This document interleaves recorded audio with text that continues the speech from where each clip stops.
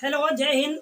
मैं आप लोगों को भाग विधि के थ्रू मैं वर्गमूल बनाकर दिखाया था और आज मैं आप लोगों को गुणनखंड विधि के थ्रू वर्गमूल बनाकर दिखा रहा हूँ। और मैं आप लोगों को क्वेश्चन भी दिया था उसको सॉल्व करने के लिए। तो आप लोग शायद उम्मीद करता हूँ कि आप लोग क्वेश्चन को सॉल्व किए होंगे। तो चलिए चलते हैं। अभी हम लोग गुणनखंड विधि के थ्रू वर्गमूल के क्वेश्चन को सॉल्व करेंगे। जैसे यहाँ पर दिया है कि गुणनखंड विधि से वर्गमूल निकालें, तो गुणनखंड विधि के थ्रू हम लोग वर्गमूल को निकालेंगे। तो इसलिए यहाँ पर देख रहे होंगे आप लोग कि क्वेश्चन दिया है, तो मैं एक क्वेश्चन को उठाकर आप लोगों के सामने सॉल्व करके दिखा रहा हूँ। ठीक है, कि क्वेश्चन को कैसे सॉल्व किया जाएगा। गुणनखंड विधि से वर्गमूल को निकालें, यानी वर्गमूल बनाना है हम लोगों को गुणनखंड विधि के द्वारा। तो इसलिए जैसे मैं एक क्वेश्चन को उठा लेता हूँ, जैसे चलिए थर्ड नंबर को उठा लेता हूँ। जैसे 15,625 15,625 को हम लोग गुणनखंड विधि के थ्रू वर्गमूल को बनाएंगे। आप लोग ध्यान से देखते रहें। जैसे 15,625 को कहता है कि वर्गमूल निकाले गुणनखंड विधि के थ्रू। गुणनखंड विधि ऐसे बनाते हैं। हम आप लोग एलसीएम बनाए होंगे, एलसीएम के थ्रू हम लोग गुणनखंड विधि बनाते हैं।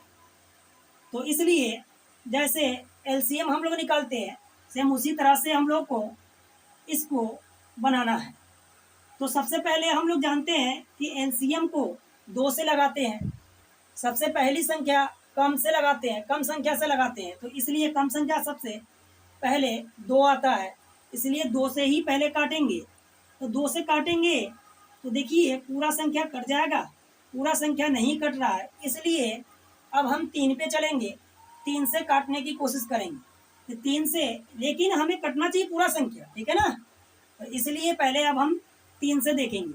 2 से तो मैंने देख लिया कि 2 से नहीं कट रहा है, तो अब हम लोग क्या करेंगे, 3 से देखेंगे। 3 से क्या पूरा कट जा रहा है, तो भाग विधि, ये गुणनखंड विधि है, तो गुणनखंड विधि को हम लोग पहले देखेंगे कि जैसे 3 से भाग देकर कि यह कटता है या नहीं, समझ आ जाएगा। 625, ठीक है, इसको हम लोग भाग देंगे।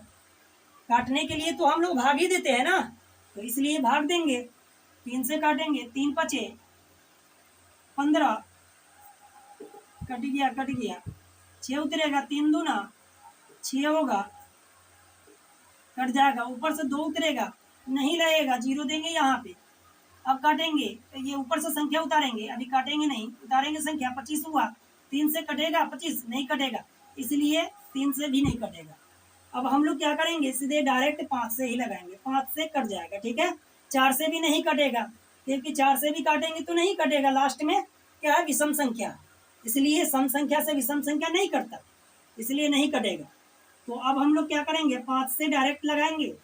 5 तिहाई 15, 5 एकम 5, 2 बचेगा, 1 बचेगा, 2 12 हुआ, 5 दूना 10 होगा, 5 तिहाई 15 होगा, 50 25 होगा, 15 नहीं होगा, 50 25, 50 25 लास्ट में, ठीक है। फिर हम लोग क्या करेंगे, फिर 5 से लगाकर देखते हैं, तो 5 से कटेगा, 5 छक्के 30 होगा, 1 बचेगा, 5 दूना 10, 50 25 कट गया। फिर 5 से लगाएंगे, तो 5 एकम 5, 1 2 12, 5 दूना 10, 50 25 कट रहा है। फिर 5 से लगाएंगे, 5 दूना 10, 50 25, फिर 5 से लगाएंगे, 50 25।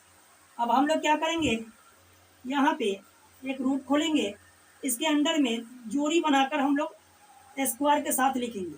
जैसे 5 का स्क्वायर, 5 2 बार लिखा है तो एक ही बार 5 लिखेंगे, इसके ऊपर स्क्वायर दे देंगे, ठीक है। फिर गुना का चिन्ह देंगे, फिर एक जोड़ी यहाँ पे है तो 5 का स्क्वायर, दूसरी जोड़ी हो गई। फिर तीसरी बार में यहाँ पे 5 5 लिखा है 2 बार, तो 5 का स्क्वायर, ठीक है। स्क्वायर स्क्वायर स्क्वायर कट जाएगा रूट से, बच गया 5 गुने 5 गुने 5, तो कितना हुआ, 50 25, 25 पंचे 125, 125 इसका आंसर होगा। यानी 15,625 का वर्गमूल तो 125 होगा।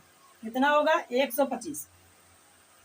क्योंकि मैं इससे पहले भाग विधि बता दिया था और गुणनखंड विधि बाकी था, तो इसलिए मैं आप लोगों को गुणनखंड विधि भी बता दिया। 4 क्वेश्चन बच गया और 4 क्वेश्चन को आप लोग ही सॉल्व करके दिखाएंगे। ठीक है, आशा करता हूँ कि आप लोग को समझ में आया होगा।